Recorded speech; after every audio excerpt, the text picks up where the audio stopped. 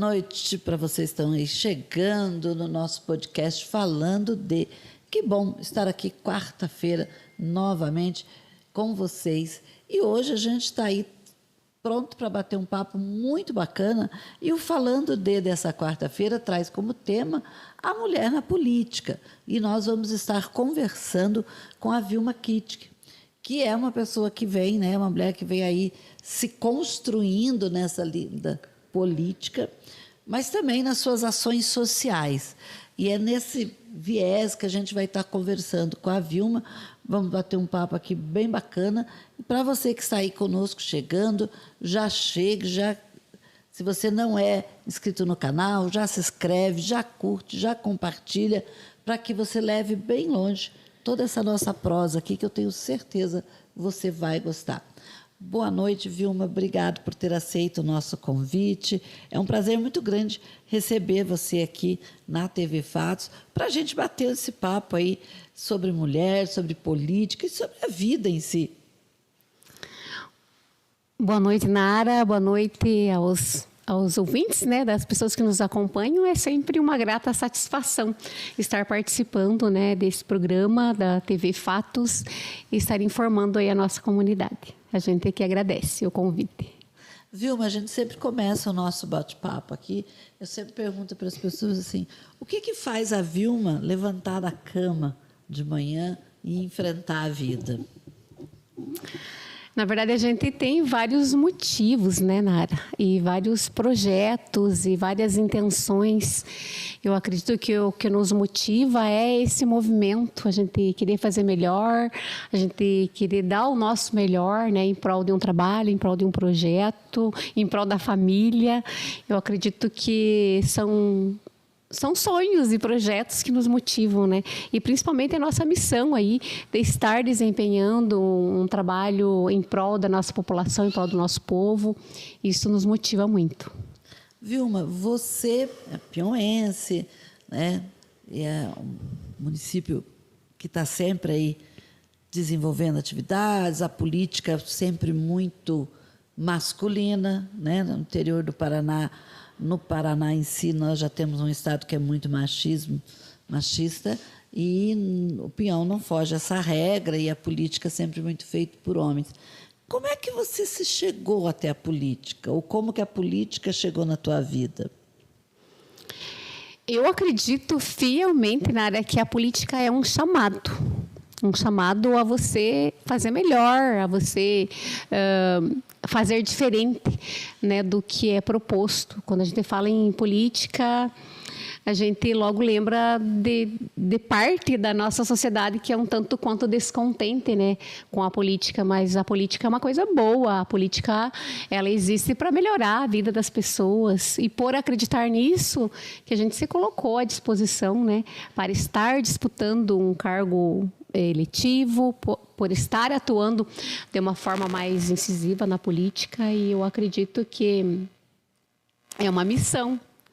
E quando a gente diz que tentar fazer melhor, não é para ser melhor do que as pessoas, mas realmente é dar o melhor do nosso trabalho para o bem da nossa comunidade, da nossa população.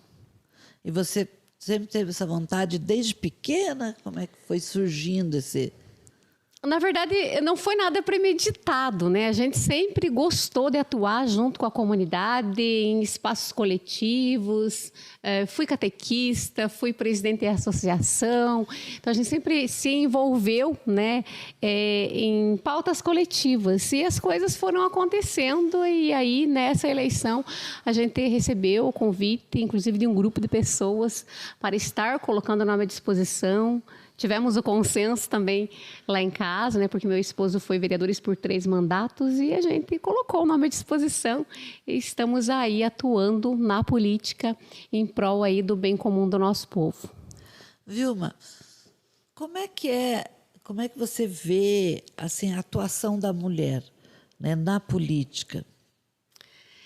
A atuação da mulher na política, ela é respaldada por uma série de desafios, né? A gente enfrenta desafios diariamente, e principalmente na política, que é um cenário predominantemente masculino. mas as mulheres precisam ser inseridas, precisam se inserir na política. A gente está tentando isso na atuação do nosso mandato, trazer as mulheres para a gente falar de política, para a gente se interessar pelas pautas, pelas nossas pautas e também no contexto geral da nossa sociedade. Mas eu digo assim que a atuação da mulher na política nunca foi tão necessária. Necessária no sentido de colocar a visão da mulher nesse espaço e lutar principalmente, né, pelo direito de igualdade de gênero, né, porque a gente enfrenta diariamente esses desafios, não somente na política, mas na nossa vida social, em vários contextos, no mercado de trabalho. Então, as mulheres precisam, né? E as mulheres podem, sim, estar atuando na política e fazem, com certeza, a diferença no seu trabalho aí, na sua atuação na política. Eu acredito fielmente nisso. Eu digo assim que, sem entrar na discussão se é construído, se é nato, mas eu digo que a mulher tem um olhar natural de cuidar, né? E a mulher tem uma outra visão que é de agregar, né? Não entramos na discussão, alguns dizem que isso é porque historicamente ela ficou cuidando, mas se você observa, né, a trajetória das mulheres, ela sempre vai ter muito esse olhar, né, do cuidar, do agregar. E eu penso que a nossa sociedade num todo hoje, né, falando aí de Brasil, ela precisa muito que as pessoas pensem nesse agregar, que é ter todo mundo junto, que é incluir todo mundo, que é você estar pensando naquilo que cada grupo precisa, né, e respeitando esses desejos e essas necessidades. E eu acho que quando a mulher vem para a política, ela consegue mostrar esse olhar mais e perceber mais essas necessidades do que os homens. Na verdade, é isso, né? É a sensibilidade feminina em todas as esferas.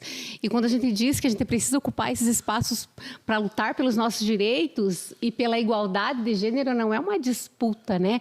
Não é uma queda de braço entre homem e mulher, mas de fato é a igualdade, né? A igualdade de direitos, seja no mercado de trabalho, seja na política, seja na vida social. É muito necessário essa igualdade, né? A gente precisa, inclusive eu tenho uma visão muito clara assim, do apoio, precisa ter apoio, os homens precisam apoiar mais também as mulheres na política. E é essa visão mais sensível, mais humanitária que faz a diferença, porque isso é de nós mulheres, né? As mulheres, elas têm essa sensibilidade maior para receber uma demanda, para ouvir a comunidade. Isso não é desmerecer a atuação dos homens, mas as mulheres, elas têm isso pela essência. Então, é por isso que as mulheres fazem tanta diferença na política. Eu acho que é bacana a gente estar falando disso na questão, assim, inclusive, que você fala, que não é uma disputa no sentido de sai o homem, entra a mulher, né? Não é essa a ideia. A ideia é que a gente emparelhe, né? Porque a gente sempre teve aquele espaço da mulher, ela atrás, né? Então, andar lado a lado, ter direito de fala, direito de posicionamento, direito de questionar, direito de estar levantando possibilidades de avanço de forma diferente e, ao mesmo tempo, exigindo respeito pelas suas potencialidades e qualidades, porque muitas vezes, né, acontece isso, né? Quando a mulher se posiciona, alguém desmerece, ou alguém corta, ou alguém, né? É muito comum isso acontecer, né? É comum, mas a gente precisa banir isso. A gente precisa nos posicionar para que isso não aconteça, né? Mas sim, acontece e é uma forma assim muito rotineira. A gente sente, a gente percebe, né, por algumas conversas, até mesmo em reuniões, a gente percebe, por vezes, não sempre certo desmerecimento, mas eu acredito que a nossa visão política, a nossa visão de mundo, tem recebido um avanço muito grande. As mulheres estão se interessando mais pelo tema da política. Elas estão sabendo, estão vendo, estão cientes de que não é uma pauta dos homens. E eu acredito que nas próximas eleições aí, se Deus quiser, a gente vai ter um número maior de vereadoras na Câmara, e a gente vai ter cada vez mais mulheres na política fazendo a diferença e lutando pelos seus direitos. E a gente vai percebendo que, quando a gente está falando disso, também ocupar vários espaços, né? Você estava falando aí, foi presidente da associação de bairro, associações diversas, que normalmente as mulheres também não estão nesses espaços, né? Geralmente, quando a mulher está num espaço de liderança, está muito ligada à educação, né? Que é um espaço que, de uma certa forma, os homens entendem que é o espaço melhor que seja feminino, mas em outras áreas, né, de liderança, seja mesmo sociais, né, a gente for fazer um levantamento aí, presidência de partidos políticos, presidente de associações e sindicatos, né, fortes, associações comerciais, empresariais e comerciais, você sempre vai ter um índice de mulheres à frente muito pequeno. E, na maioria das vezes, ainda é que aconteceu. Né? Realmente, por isso que é uma pauta constante, né, Nara? Eu acredito que melhorou ao longo do tempo, porque a gente sabe que é contemporâneo isso, né? Sim. Mas há muito a ser feito, e é por isso que eu acredito muito no ativismo, né? Na atuação nas comunidades, na conscientização, de falar sobre o tema, de fazer as mulheres participarem dessas rodas de conversa, seja no bairro, seja na casa de alguém, mas fazer com que essa sensibilização, essa conscientização de fato aconteça, porque somos nós por nós mesmas, né? E os homens, apesar de a gente ter essa visão de não ser uma disputa, mas eles não vão trabalhar a política para as mulheres, são as mulheres que precisam fazer isso. A gente que precisa trazer as mulheres para o debate, a gente que precisa trazer as mulheres para a Câmara de Vereadores. Dentro das nossas ações no mandato, a gente está pautando muito, respaldando muito essas ações nos bairros, nas reuniões que a gente faz. Inclusive, temos grupos, né, específicos que a gente trata aí das pautas exclusivas das mulheres, porque a gente entende que é essa troca de experiência que vai contribuir que aquela mulher se sinta motivada, né, a dar um passo à frente, a participar, a se interessar aí pela pauta das políticas públicas também, que envolve diretamente a vida das pessoas e está atrelada aí à política partidária. Eu acompanho aqui as eleições, né, os períodos eleitorais aí, há 20 anos, há mais de 20 anos, acompanhando várias eleições, acho que já deram umas 15 eleições entre nacionais e municipais. E o que a gente observa, né, é que no correr, vamos pegar como exemplo os municípios, no correr dos 4 anos, você não vê os partidos desenvolvendo atividades voltadas para a formação da mulher, voltada a abrir espaço para que a mulher se manifeste, para que se crie lideranças femininas. A gente não vê esse trabalho dentro dos partidos, né, de forma geral. A gente não vê a preocupação em estar trazendo essas mulheres para cargos dentro dos partidos. Sempre são cargos, quando são buscadas mulheres, são para os cargos quase de figuração. E aí, no período eleitoral, né, agora, principalmente porque você tem uma norma, uma lei que diz que tem que ter uma porcentagem, você vê essa busca desenfreada para convencer, e normalmente a gente observa que não é uma busca por lideranças, é preencher um número. E as que vão ainda, do que a gente acompanha, elas não recebem o respeito e, às vezes, nem os direitos que a própria lei lhes dá. Isso é o que a gente tem observado. Você passou por um processo eleitoral, né? E vem acompanhando, porque até o Luiz Hamilton, como você mesmo diz, já foi vereador. Então, você pode falar não só do partido a que você está, mas acaba acompanhando os outros partidos. Essa minha visão é só minha? Não é, começa pelo convite, né? Eu sempre ouvia, quando eu acompanhava até, por exemplo, muitas amigas, né, nossa, em comum, inclusive, que foram candidatas a vereadores, e o convite sempre vinha da forma seguinte: você precisa ser candidata porque está faltando mulheres. Nunca era na projeção da mulher disputar a vaga e se eleger. Principalmente, né, por exemplo, eu me elegi pelo Partido dos Trabalhadores. O Partido dos Trabalhadores, há 43 anos, no Pinhão, né? Existe em Pinhão, foi fundado em Pinhão. E nunca elegeu uma mulher. E aí, quando na eleição retrasada, quando eu recebi o convite, eu pensei, analisei, porque tem que analisar todo o contexto, e pensei, não, ainda vou trabalhar mais um pouco, vou construir mais bases eleitorais. Então, tipo assim, a gente conversava sobre esse projeto futuro, digamos, né, no sentido de ser um projeto coletivo. Então, muitas pessoas nos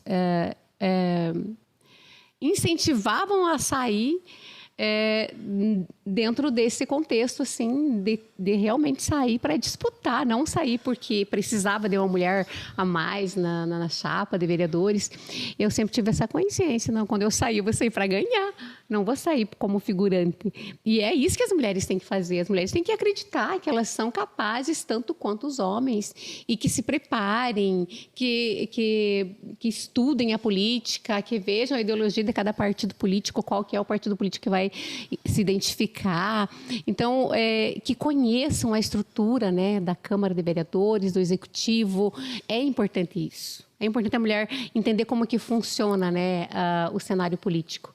E a gente, dentro do nosso trabalho, está sempre respaldando essas informações, né? Isso é importante e necessário.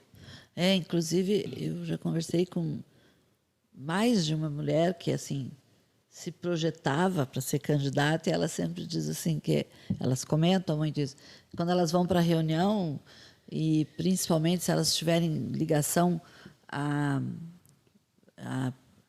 presenças masculinas nas suas vidas, que já tiveram um caminho político, elas sempre dizem, daí na reunião eles falam da candidatura da gente, mas com o outro.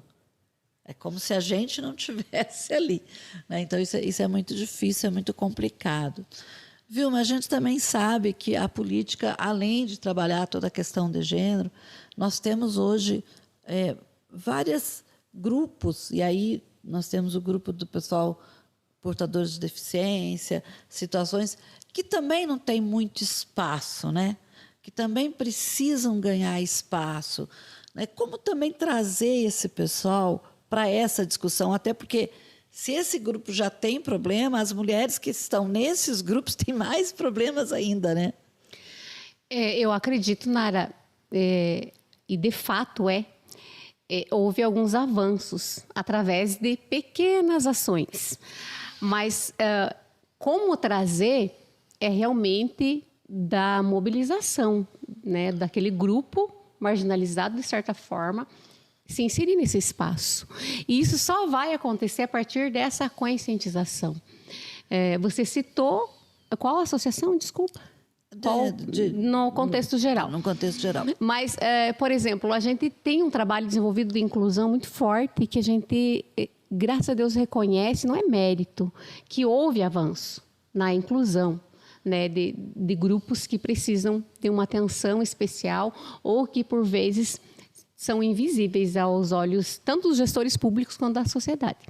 Mas tudo acontece através da atuação, né? Quando a gente se sente incomodado com uma situação que não está acontecendo, a gente precisa trazer esse assunto à tona, a gente precisa trazer em evidência, a gente precisa promover espaços de debates, de discussão e, principalmente, né, respaldar aí pelos direitos, né? A inclusão é um assunto tão debatido.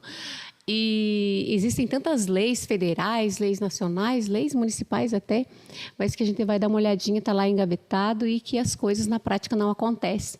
Então, sem a mobilização popular, sem a participação popular, as coisas não acontecem. A mudança está na voz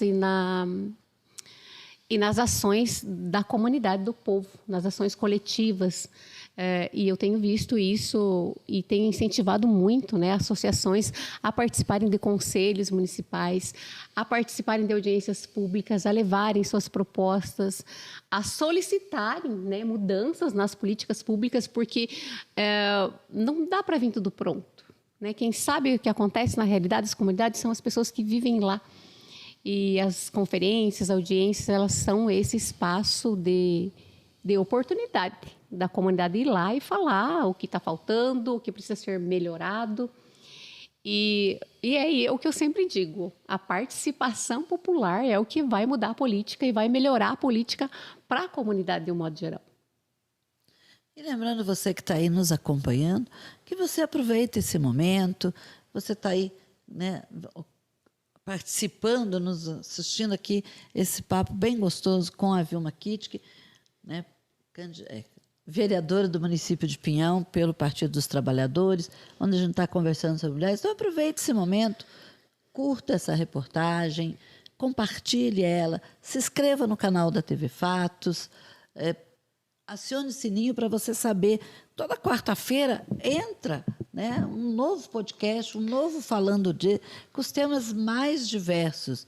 E você pode se esquecer. E aí, você acionando o sininho, vai ser lembrado. Na terça-feira nós temos aí o Agildão, Meia Hora com o Agildão. Então, nós temos uma diversidade de programas acontecendo na TV Fato, reportagens que a equipe entra trazendo. Então, se inscreva no canal que você vai estar sempre muito bem informado. Vilma, você está lá na Câmara de Vereadores do município de Pinhão e tem a Procuradoria da Mulher, né? O que é essa Procuradoria da Mulher? Qual é o papel dela perante as mulheres? Como é que as mulheres de Pinhão podem usufruir da Procuradoria da Mulher?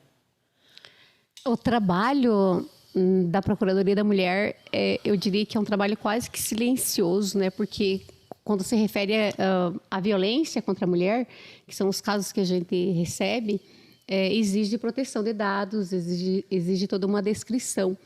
Mas eu entendo como um trabalho, para mim, é um trabalho muito significativo, para a Procuradoria é um trabalho muito significativo, porque cada atendimento, cada acolhimento que a gente faz é único, né?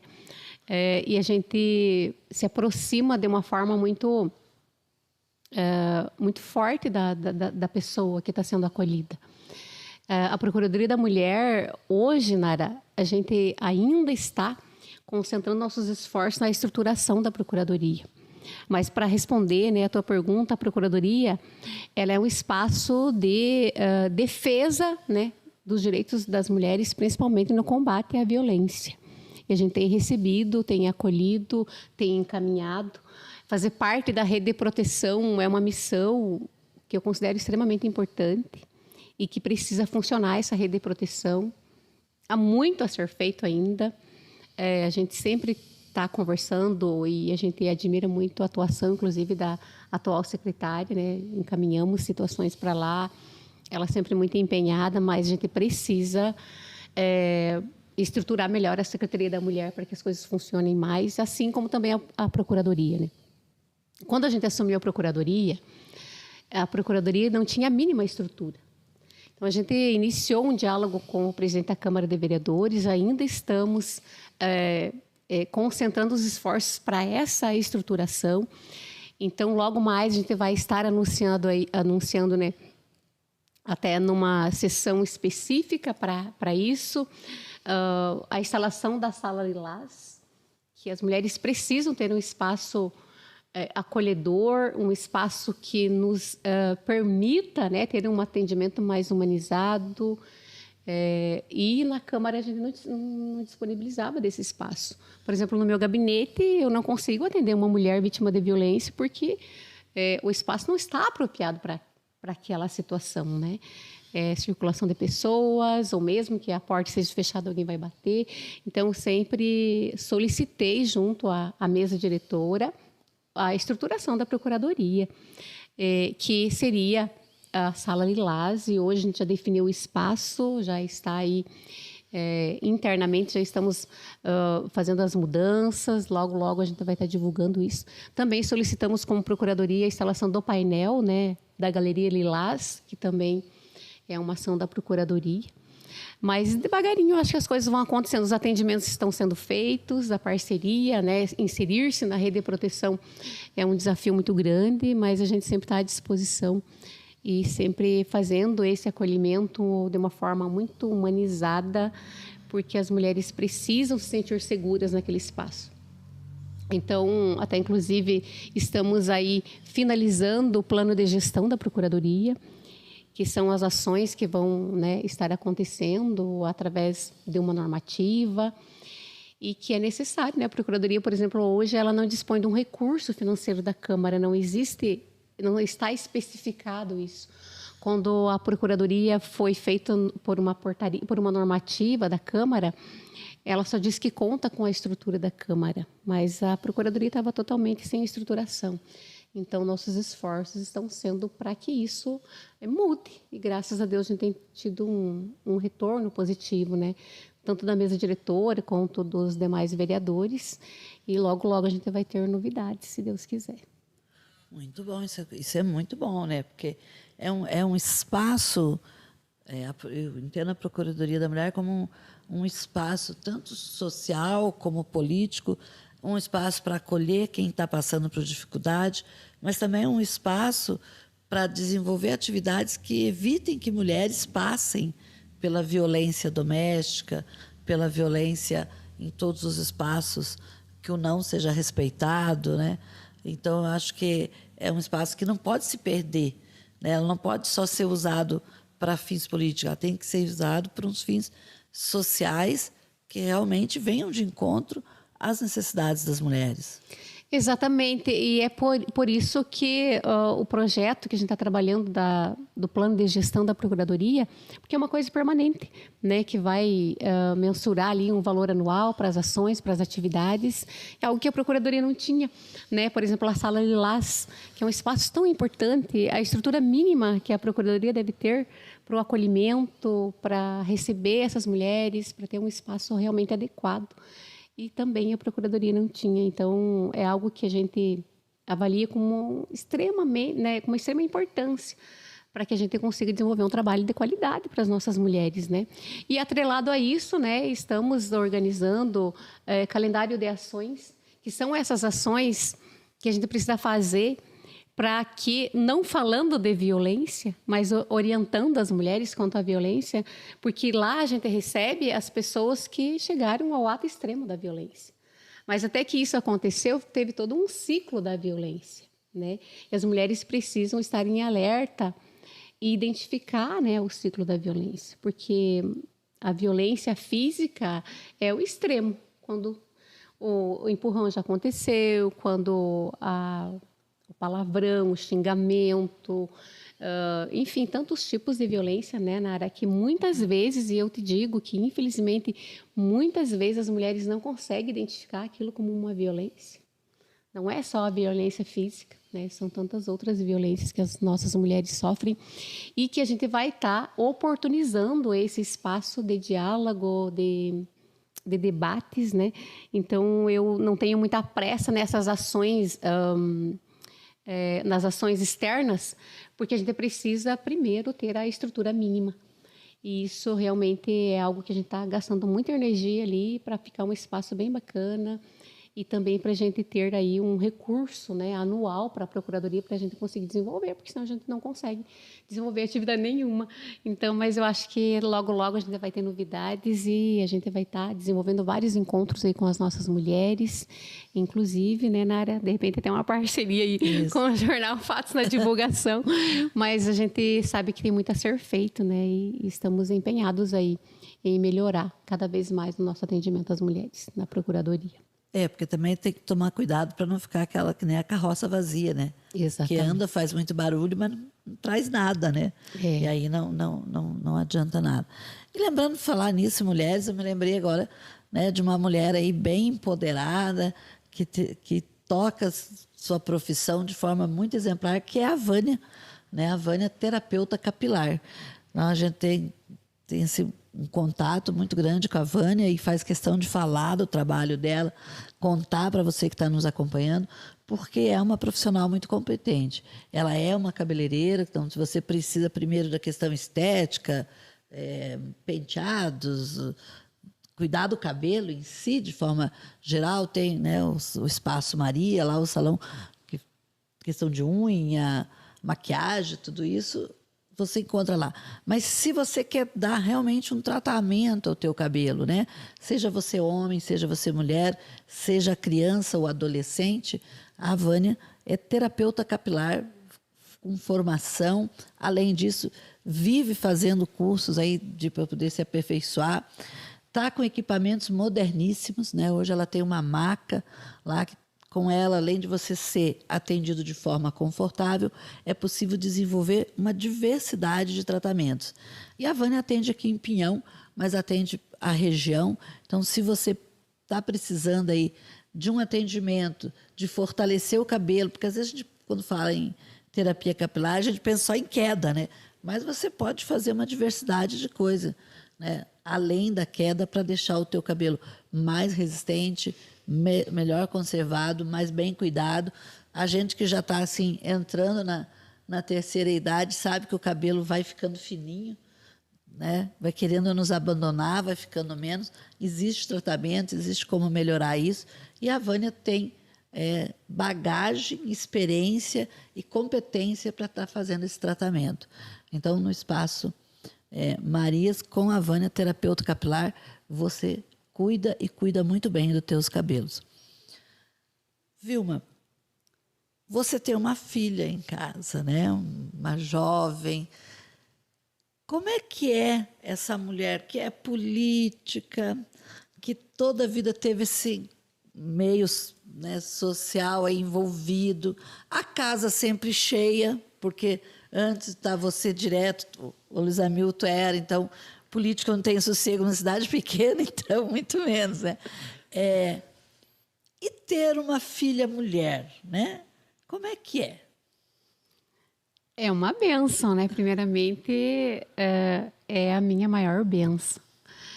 A Heloísa, ela tá com 19 anos e a gente sempre conversou muito sobre tudo. Ela é o meu alicerce, a minha motivação diária. E eu te digo assim que é um motivo para tudo, né? Eu tento estar presente sempre, apesar da correria. A gente tem nossas agendas, nossos calendários fixos, assim, para que a gente também, né, se dedique, né, Nara, a essa função tão louvável que é ser mãe. E a gente tenta fazer o nosso melhor, né? Temos nossas falhas, né? Logicamente, ninguém é perfeito e nem longe da gente ter essa pretensão. Mas a Heloísa, para mim, é o meu universo, né? Por ela, é sempre por ela. E a família sempre tem que ser o nosso alicerce, né? Eu acredito que nenhum projeto profissional ou político deva se sobressair aí a nossa família. Então, eu acredito que eu estou sempre muito bem assessorada, muito bem respaldada por essa atenção toda que ela nos dá, tanto ela quanto meu esposo, né, quanto o Luiz Hamilton. E sempre na correria do dia a dia eles me entendem também. Mas ser mãe da Heloísa, para mim, foi um dos milagres, assim, dos presentes que Deus me deu e que me tornou, com certeza, um ser humano melhor. Por falar em melhor, você acha que a Vilma de hoje é melhor do que a Vilma? Porque quando a gente é jovem, ali na idade que a Heloísa está, a gente enfrenta qualquer coisa, a gente tem certeza que a gente vai transformar o mundo. Depois, na caminhada, a gente descobre que a gente pode ajudar a transformar o mundo, mas a gente não faz a transformação total. Essa caminhada, né, que você fez até aqui, essa Vilma, ela é muito diferente, ela melhorou. O que ela traz daquela Vilma de 18 anos? É uma pergunta bem difícil. Sempre falar da gente mesmo é difícil.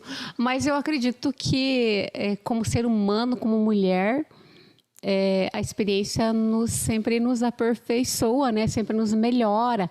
Eu acredito que hoje eu sou, sim, um ser humano melhor. A gente tem uma visão mais real da vida.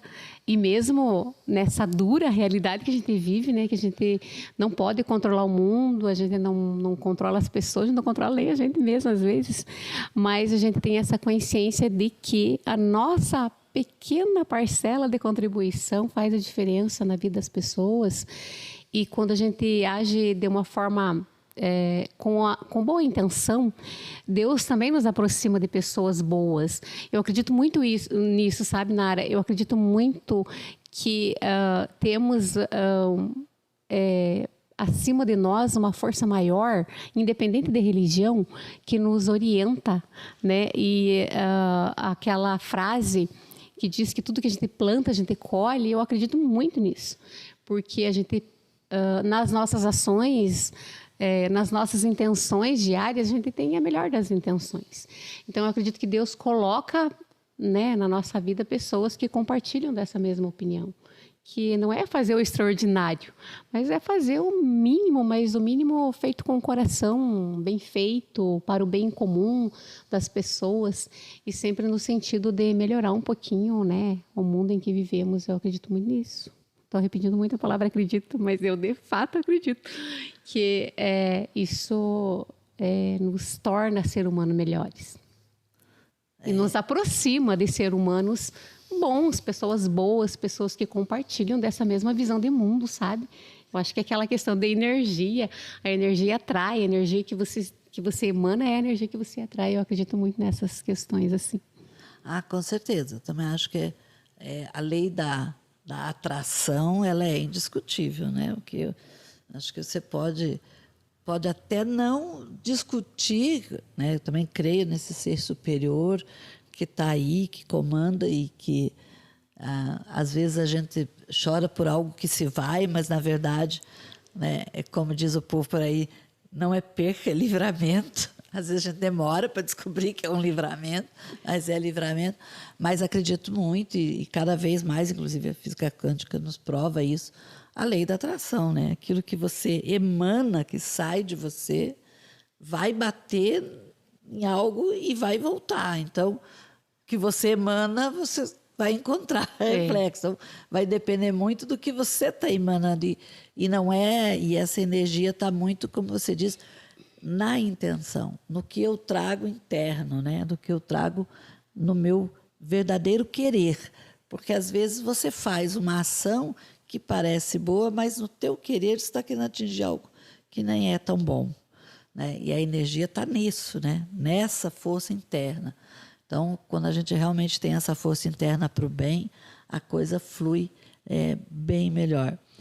Vilma, a juventude está aí vindo e o pessoal costuma dizer que nós temos, nesse momento, uma juventude que não quer muito assumir lugares, que não quer muito liderar nada, que não quer se comprometer. Porque, na verdade, quando você vai para trabalhos como você já fez, mesmo antes de ser vereadora, de estar participando da comunidade ativamente, a gente assume compromisso.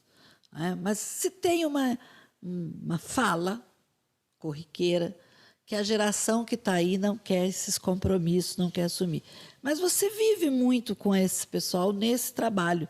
Pode não ser teu trabalho mais direto, mas você acaba.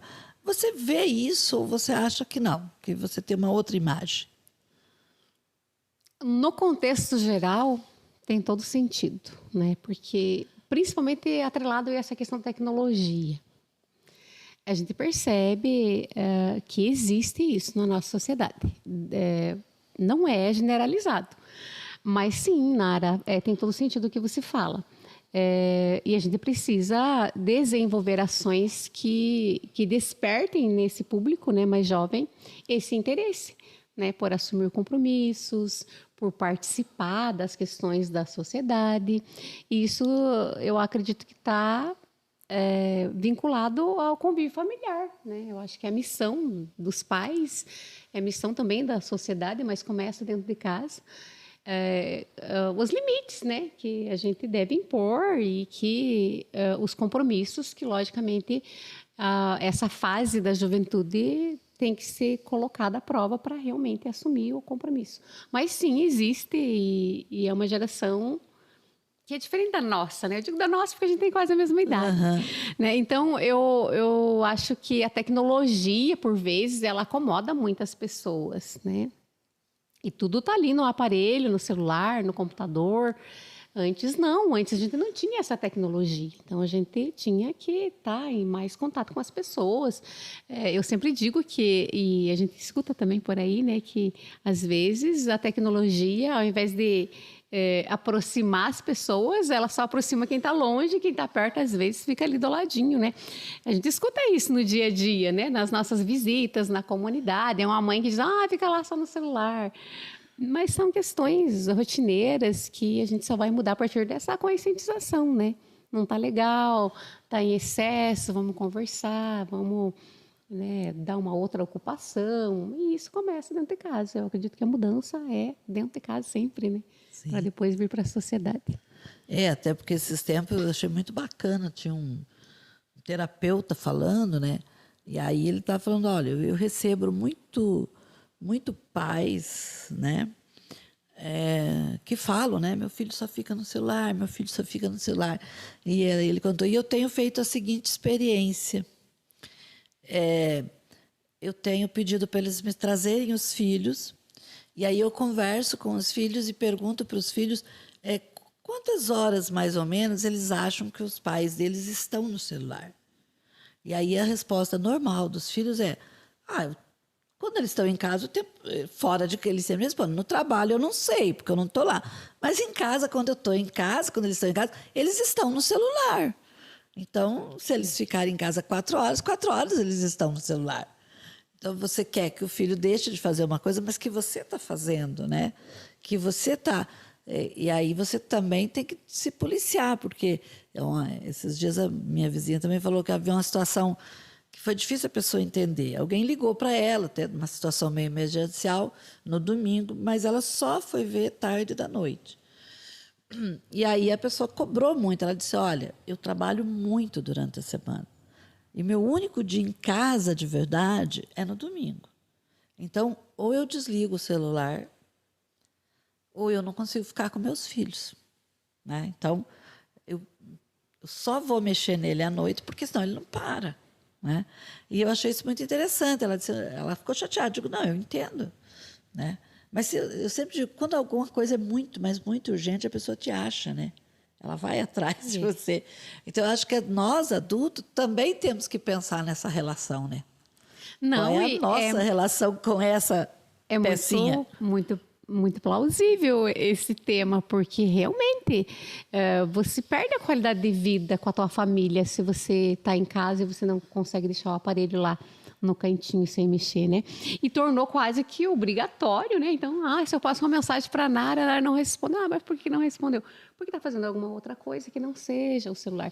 Então, eu acho que esse entendimento precisa ser trabalhado na nossa sociedade, né? O aparelho de telefone, ele é uma ferramenta importante para a gente se comunicar com as pessoas, mas no contexto familiar, a gente não pode priorizar, porque a gente não está presente, a gente está ali, mas não está presente, foi o que você falou. E isso, como você falou, vai dessa conscientização, dessa sensibilização, né, para que a gente não peque pelo excesso, é ser policiar mesmo, como você falou. Esses dias até, eu acho que foi na Porta dos Fundos, né? Que eu vi um programa que o cara...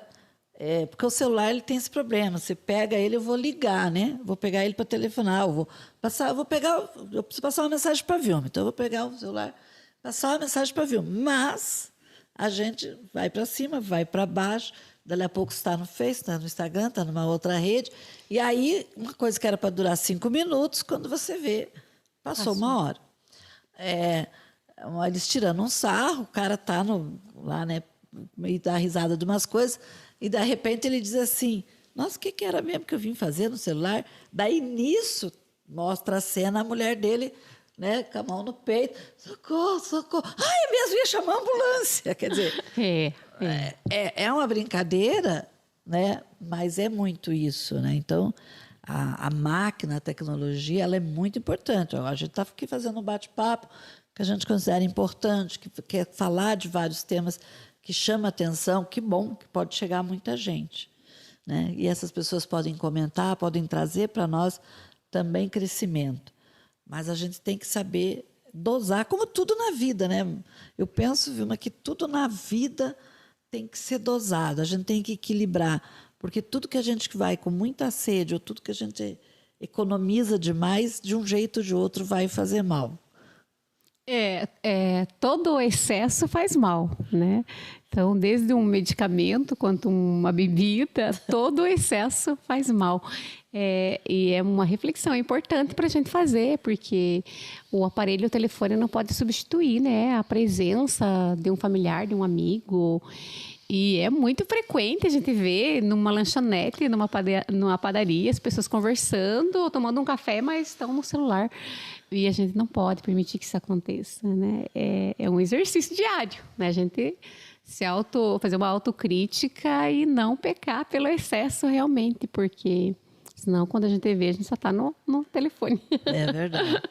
Esse dia também eu vi um terapeuta falando, se realmente você está com a intenção de dar a intenção para a pessoa, você foi para qualquer situação onde você quer realmente dar atenção para a pessoa, o teu celular não pode sair da bolsa, do homem, do bolso, ele não pode ficar visível, ele tem que estar no lugar, principalmente que você não veja. Achei isso muito interessante.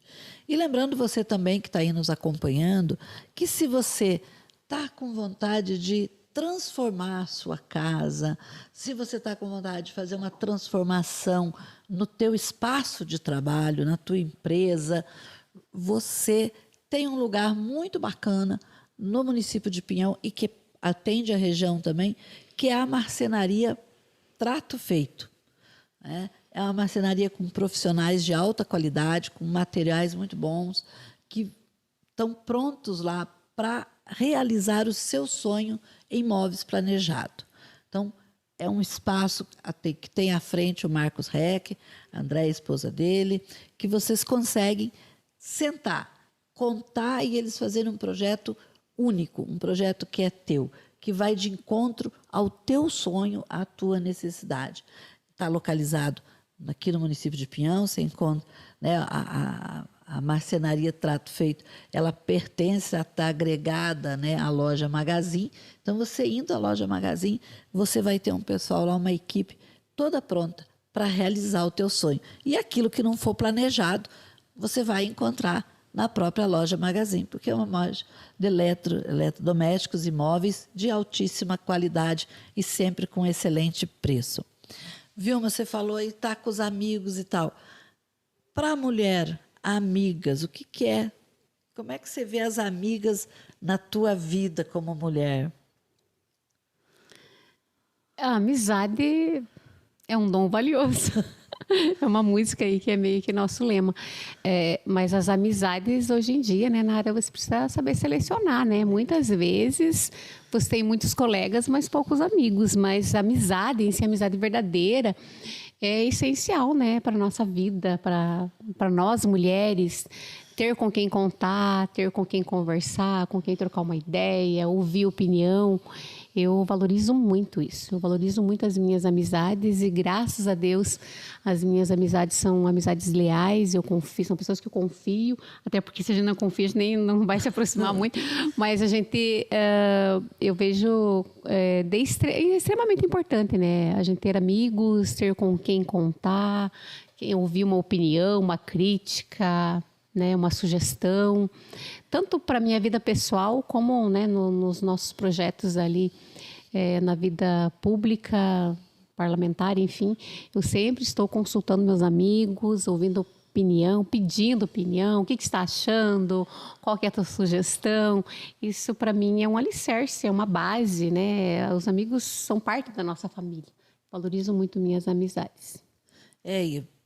Existe um estudo que diz que as mulheres precisam, né, para a sua saúde biológica, inclusive física, estar em contato com outras mulheres, conversar, trocar ideias, colocar o que está se pensando, o que está se acontecendo, né? Diz que funciona às vezes mais do que remédios e terapias o estar com a outra, né? Com a outra mulher.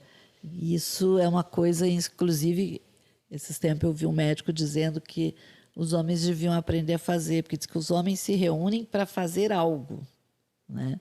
Ou para jogar bola, ou para fazer um churrasco, mas não se reúnem para conversar. E as mulheres se reúnem para conversar, né? Não precisa ter um motivo, não precisa ter nada. Mas com toda essa agenda corrida, você ainda acha tempo assim, para fazer uma reuniãozinha com um vinhozinho. Vai bem agora no inverno, né? Tem que achar, né? É meio que regra, acho. De vez em quando eu convido você para um lanchinho. Mas é necessário. Eu acredito que a gente não pode fazer com que a nossa vida seja o foco principal, só uma coisa ou só outra. Eu acredito que a gente precisa ter esse discernimento de não deixar de lado parte da nossa vida, ou seja, nas amizades, ou com a família, ou deixar o trabalho de lado. A gente precisa se dedicar como um todo. Eu acho que é da mulher isso, de saber administrar, né, seu tempo, de saber se dedicar de forma igual para a família, para o trabalho, para as amizades. Isso é extremamente importante. Eu tento, né, fazer esse equilíbrio, porque as amizades, elas fazem parte da nossa vida. É necessário a gente ter um tempo para a gente, para as amigas, para conversar, como você falou. É uma necessidade, né, que a gente tem. E eu tenho mantido, né, tenho tentado manter essas agendas assim que nos fazem bem, né, nos fazem até... Eu sempre, quando me reúno com as amigas, a gente também fala de trabalho, a gente fala de um contexto geral, e são conversas de qualidade, né? Que te agrega, que te acrescenta, ouvir a opinião de uma amiga, ouvir uma sugestão, um conselho, enfim. Isso nos torna ser humano melhor, né? Então, a gente precisa sempre ter um tempinho com as amigas. Com certeza. Vilma, nessa caminhada tua, inclusive política, uma frustração? Uma frustração, a falta de franqueza das pessoas. É uma frustração. A falta de posicionamento às vezes. É uma frustração, principalmente na política. Eu acho que é algo que torna a política uma coisa feia. Às vezes até imoral. Eu acredito que a gente precisa ter posicionamento. A gente precisa saber em que grupo a gente está inserido, a ideologia que a gente está defendendo. A gente precisa sempre agir com franqueza. A mentira. Na política existe isso, infelizmente. E é isso que desqualifica o trabalho do político, né? Porque aí as pessoas generalizam muito. Mas a minha frustração na política, para mim, ter respondido de uma forma muito clara, é exatamente isso. E por que o PT? Por que quando você escolheu, foi fazer uma escolha partidária, né? Porque a gente tem a vivência política do dia a dia, mas chegou uma hora que você foi, de fato, entrar na política partidária, que ocupa os cargos, que busca uns caminhos aí da nação. Por que o PT? Eu acredito muito na ideologia política, né? E o Partido dos Trabalhadores, inclusive quando eu recebi o convite para me filiar no Partido dos Trabalhadores, também tinha recebido um convite de um partido de direita. Mas do capitalismo ao socialismo, a minha essência é o socialismo, é a inclusão, é a luta de classe, é defender as pessoas, o direito das pessoas. É tudo isso que a gente vive na nossa vida, tanto na nossa vida social como na nossa vida na comunidade. E quando eu me filiei ao Partido dos Trabalhadores, foi exatamente por essa afinidade ideológica do que eu acredito, né, do que eu busco na minha atuação na vida pública, na minha atuação na vida comunitária. Diferente disso, a política não faz sentido, né? Não é desmerecer. E existem políticos e políticos, independentemente da bandeira partidária, mas o Partido dos Trabalhadores tem na sua essência isso, né? É lutar pelo direito dos menos favorecidos, é lutar por políticas públicas de inclusão, enfim, todo esse contexto que nos torna seres humanos melhores. E aí, quando a gente fala na política partidária, eu não desmereço, porque eu acredito muito, Nara, que independentemente do partido político, a política se faz pela visão que aquela pessoa tem do mundo. Se aquela pessoa entra na política por benefício próprio, ela pode estar no partido de esquerda ou de direita, ou enfim, independente da ideologia, ela vai se sobressair aos seus interesses pessoais, e não só na política, é uma questão muito de essência. Então, eu não sou aquela pessoa que é muito de doutrinação política, eu não gosto disso. Eu gosto das afinidades, né, que o Partido dos Trabalhadores nos traz e das pessoas que estão inseridas nesse grupo. Então, é mais ou menos isso, mas a gente sabe que não existe uma regra estabelecida. Há pessoas de grupo de direita que compartilham da nossa mesma opinião enquanto atuação política, enquanto questões ideológicas no contexto assim de defender quem precisa, de lutar por uma política séria, transparente, que realmente pense no bem do povo. É assim como vice-versa. Então, eu não gosto de generalizar muito, não é uma regra estabelecida, né? Até porque eu digo que é importante que se tenha essa diversidade de pensamento, né? É importante que tenha pessoas que pensem sobre um viés mais da direita, outros mais da esquerda, porque eu digo que ninguém está com a totalidade da verdade. Ninguém está, porque nenhum de nós é perfeito. Se nós não somos perfeitos, nós não vamos conseguir enxergar o mundo dentro da perfeição, né? Dentro do viés. E querendo ou não querendo, nós, por mais que a gente não queira puxar a brasa para a sardinha da gente, sempre que a gente olha o mundo, a gente só olha sobre o olhar da nossa história vivida, né? Então, às vezes, pode escapar um pedacinho que a gente não viu, né? Um pedacinho que a gente não enxergou e que o outro está enxergando. Então, eu sempre digo que é importante, e num processo democrático que a gente acredita, e acredito que né, esse país é democrático e precisa assim se manter, não quer dizer que não há necessidade até de alternâncias de vivências no poder, mas que precisa ser respeitado sempre a questão da democracia e da visão. E que essa ideia é caminhar, e caminhandinho junto, né? Porque aí você constrói. Eu acho isso fundamental, e é muito bom que se tenha alguém, né, na política pensando assim, porque senão você já senta na mesa, né? Né, já, sim ou não vai, né? Daí não vai mesmo, né? Precisa ter o diálogo. Não, e eu acredito que eu penso, e a gente sempre fala isso na Câmara de Vereadores, por exemplo, independente da bandeira partidária, todos nós, né, os 13 vereadores, 11 vereadores. 11 vereadores, 2 vereadoras, nós estamos lá por um chamado, por um objetivo. Então, independentemente da bandeira política, a gente precisa colocar o povo e isso não é uma frase clichê ou algo de sensacionalismo. Mas a gente está lá como missão de trabalhar em prol de uma sociedade melhor para todos, de trabalhar por políticas públicas que contemplem várias parcelas da nossa sociedade. Então, independente de bandeira política, de ideologia política, nós precisamos cumprir com o nosso compromisso, que é representar, né, a nossa comunidade, que é legislar, que é fiscalizar, que é acompanhar, né, de perto, né, os gastos públicos, porque é dinheiro do povo, porque a gente tem que fiscalizar e porque a gente tem que fazer uma política cada vez mais transparente e mais simplificada para que as pessoas entendam. Então, sempre nos nossos debates na Câmara de Vereadores ou nas reuniões, enfim, a gente sempre tenta falar a linguagem popular mesmo, de explicar o que está acontecendo, de explicar o que está sendo votado, de explicar os prós e contras daquele projeto, para que a comunidade entenda, né? Então, por vezes dá algumas polêmicas, mas faz parte também dos nossos trabalhos lá. Mas é isso, eu acho que independentemente de ideologia política ou de escolha do qual partido, a função legislativa, ela é representar a nossa sociedade, representar o nosso povo e trabalhar em prol, né, do povo. Exatamente.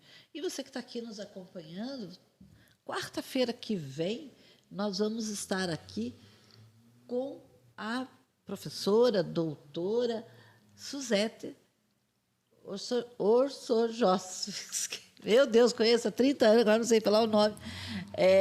Mas ela vem discutir e conversar com nós sobre educação, sobre pedagogia, sobre formação de educadores, sobre o processo nosso de educação que nós vivemos hoje, sobre a pedagogia social. Então, a gente vai estar falando aí, né, sobre a nossa formação dos jovens, sobre a relação pais e filhos. Nós vamos estar conversando sobre isso, porque a ideia do podcast Falando de já é bem isso, né? Falando de mulher na política, é falando de educação, é falando de meio ambiente. Você que não viu, por exemplo, o podcast anterior, esse é o nosso quarto podcast, né, o quarto episódio de 2025. Se você não viu o terceiro, vai lá, que nós estávamos falando sobre Libras.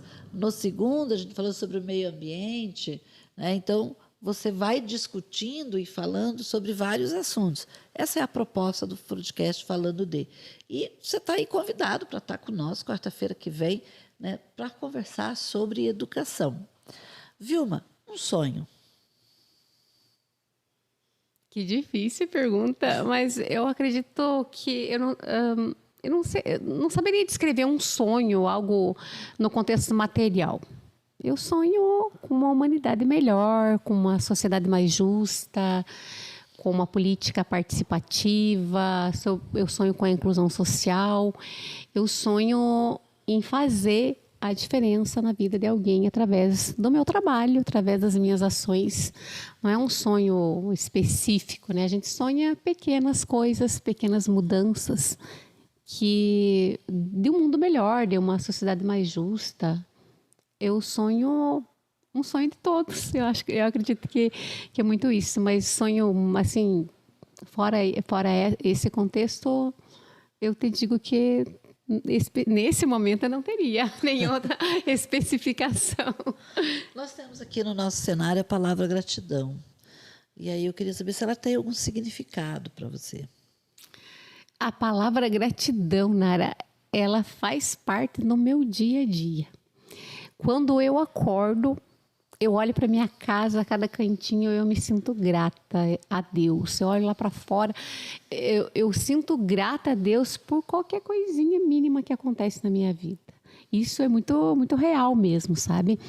E apesar de todos os problemas que a gente tem, né? Que a gente tem problemas e muitos problemas, dos perrengues que a gente passa, eu tenho uma gratidão muito forte pela vida, pelas oportunidades. Eu sinto realmente a presença de Deus na minha vida diariamente e isso me torna grata, né? E isso nos dá força para enfrentar as dificuldades, os problemas, para ter o discernimento necessário de lidar com situações, com diversas situações. Mas a gratidão é meu lema de vida, de verdade mesmo. Eu acredito que se a gente tiver um motivo para a gente reclamar, se a gente pensar bem, a gente vai ter muito mais motivo para a gente agradecer. E eu acho que a gratidão, ela nos torna seres humanos melhores e a gratidão também nos traz, né, uma visão de mundo mais leve, né? Porque a gente precisa olhar a vida com mais leveza, não colocar tanto peso nas costas. Eu acho que a vida é tão curta, é uma passagem tão rápida aqui, né? Nesse plano terrestre, que sem gratidão as coisas não têm sentido. Eu concordo. Eu acho que tem algumas coisas que tem que fazer parte da vida no cotidiano. Que uma delas, para mim, é a alegria, né? Eu acho que a alegria... esses tempos eu perguntou assim, mas você nunca está bravo, nunca está chateado? Claro que a gente está, claro que... Mas mesmo quando a gente está chateado, eu sempre digo, tem que buscar alegria, porque ela vai tornando a vida mais leve e ela nos possibilita isso. Eu concordo com você, eu acho que a gente mais às vezes reclama sem se dar conta do mundo que a gente tem à volta e de tantas coisas boas que no dia a dia acontece com a gente. E eu sempre digo que a gente tem tantas bênçãos, tantas proteções que nos acontecem no dia a dia que a gente não tem noção. Então, só da gente conseguir ter aberto os olhos, caminhado esse dia, realizado esse dia, com acerto, com erro, com frustração, com alegria, né? No dia, às vezes, tem de tudo um pouco, e de você conseguir chegar à tarde e ter teu espaço, inclusive, né? Já é mais do que suficiente para a gente ser grato e ser alegre. Vilma, o que a gente pode dizer é muito obrigado, né, por você ter aceito. Foi uma conversa muito jóia, gostei muito, né? Você